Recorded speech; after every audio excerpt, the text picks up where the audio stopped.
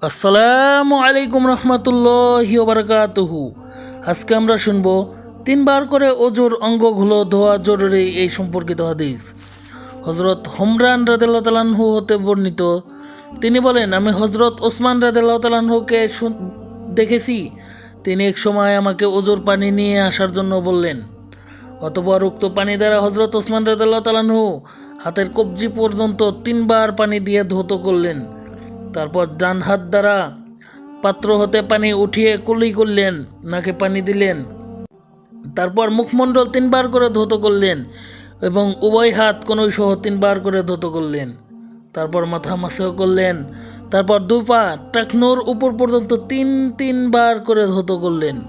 তারপর বললেন, রাসূলুল্লাহ সাল্লাল্লাহু আলাইহি সাল্লাম বলেছেন, যে ব্যক্তি এরূপ ওযু করে 2 রাকাত নামাজ খুশুখুজুর সাথে পড়বে, দুনিয়ার কোনো বস্তুর প্রতি খেয়াল করবে না, তার অতীতের সব সগীরা গুনাহ মাফ হয়ে যাবে। সুবহানাল্লাহ।